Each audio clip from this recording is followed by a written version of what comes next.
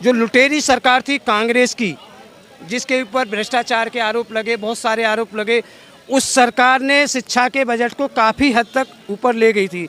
आज जो फ्लाईओवर बनाए हैं भाई, फ्लाईओवर 37 बनाए हैं, 37। फ्लाईओवर बनने से क्या जाम होता कम है? होता है। यहाँ तो फिर भी लग रहा है। मेरे भाई डेली कितनी गाड़ियां आती हैं शोरूम से निकल के, वो रोड पे नहीं चलती हैं। जिसके ऊपर भ्रष्टाचार के आरोप लगे, दूसरे आईएसआई एजेंट के बहुत सारे आरोप लगे हैं और जेल भी जा चुका है, जेल से वापस आ गया, कोई आरोप सिद्ध नहीं हो, आगे केस भी चलेंगे।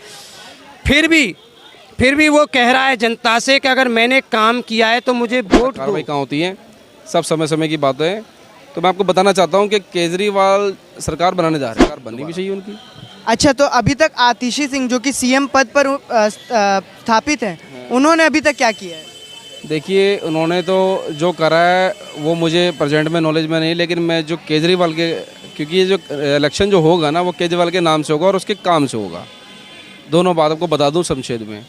काम से इसलिए होगा नाम से ज़्यादा कि वो आज बेसिक चीज़ें क्या हैं। सबसे पहले प्राइमरी है एजुकेशन, कोई मना नहीं कर सकता, दिल्ली का जो भी व्यक्ति भाई हमारा भाई बंधु है। और वो सच कौन बताएगा, एजुकेशन मिली या नहीं मिली, वो बच्चे बताएंगे।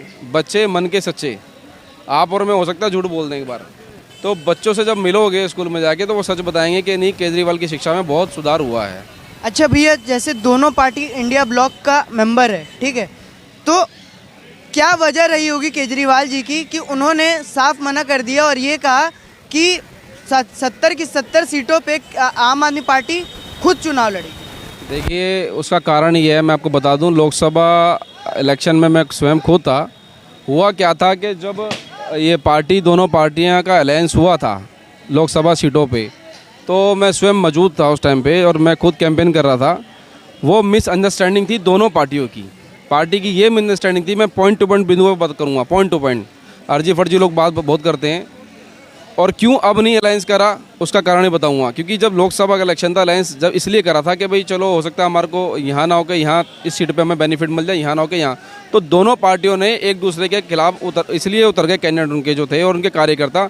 उन्होंने बोला भाई ये वही कांग्रेस है जो कल तक हमारा पीछा नहीं छोड़ रही थी, और ये वही आम आदमी पार्टी है, जब सरकार कांग्रेस की थी तो यही आम आदमी पार्टी के लोग हमारे पीछे पड़े हुए थे, करप्शन ये और वो।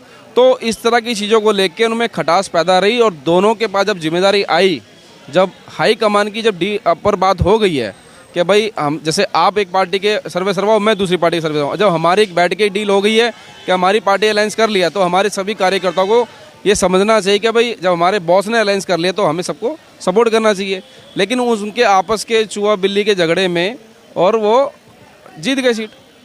ये हुआ इलेक्शन की जो रणनीति थी, इस पे इलेक्शन जो है भारतीय जनता पार्टी जीत गई थी। और कोई कुछ भी बोलता रहे कि जी ऐसे हो गया वैसे हो गया, लहर थी।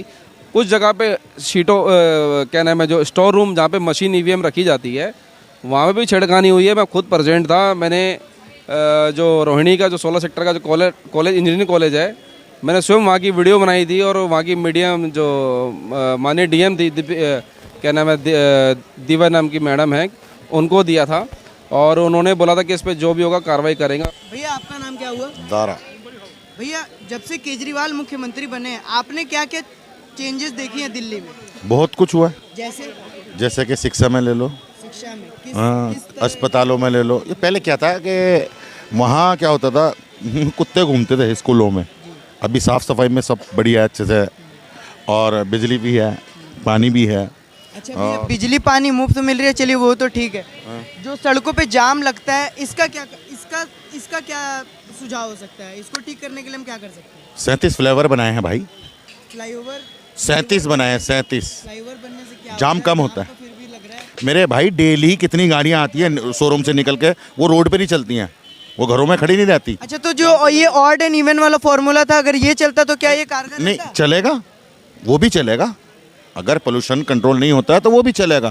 तो अभी जैसे पोल्यूशन 400 पार हो गया, तो अभी सरकार को क्या करना चाहिए? अब एक बात बताओ, अभी इलेक्शन आ गए, हाँ।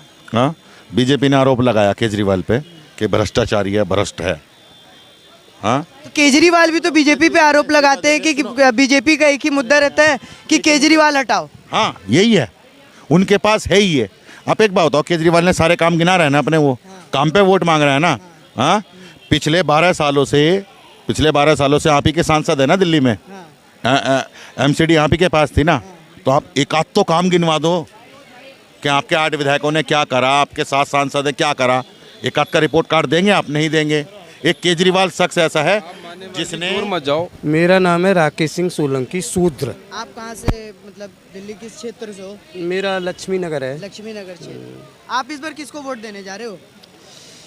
देखो, जिसने काम किया है उसी को वोट देना चाहिए। मैं भी उसी को दूंगा वोट, और जनता को भी उसी को वोट देना चाहिए जिसने दिल्ली की जनता के लिए काम किया है।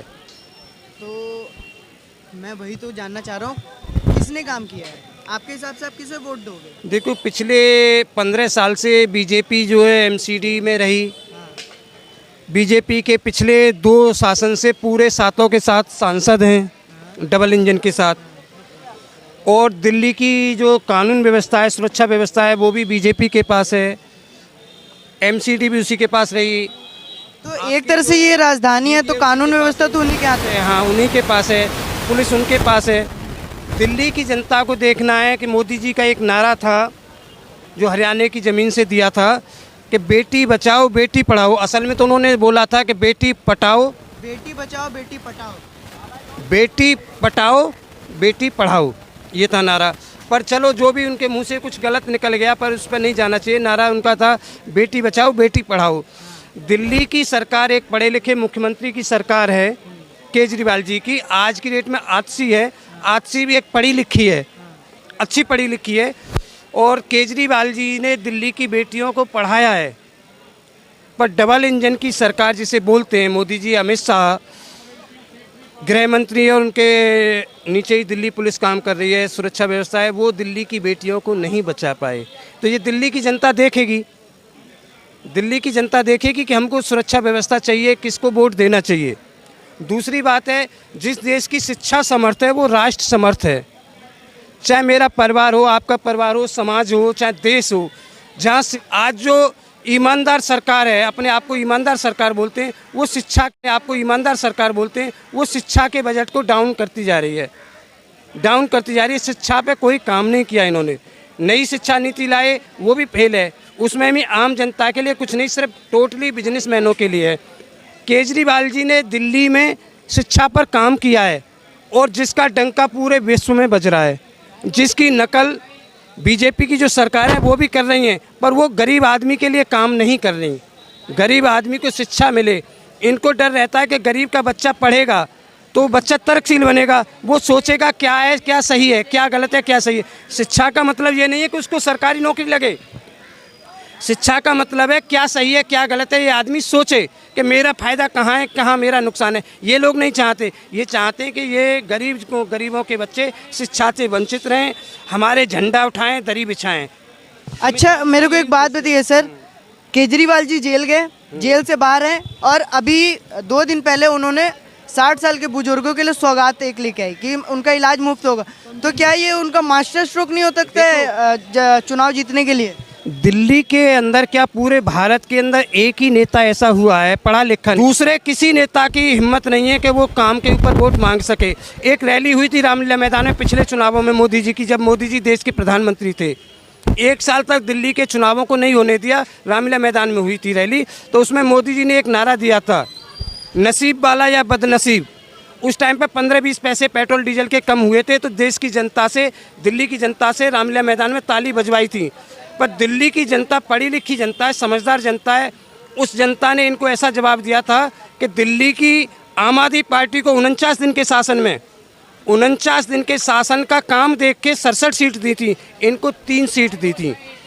आज भी इनका वही हाल होगा, बीजेपी का वही हाल है। इनके पास अपना काम बताने के लिए नहीं, ये जहदोजहद चल रही है कि भाई कितनी सीटों पे हमारी जमानत बचेगी।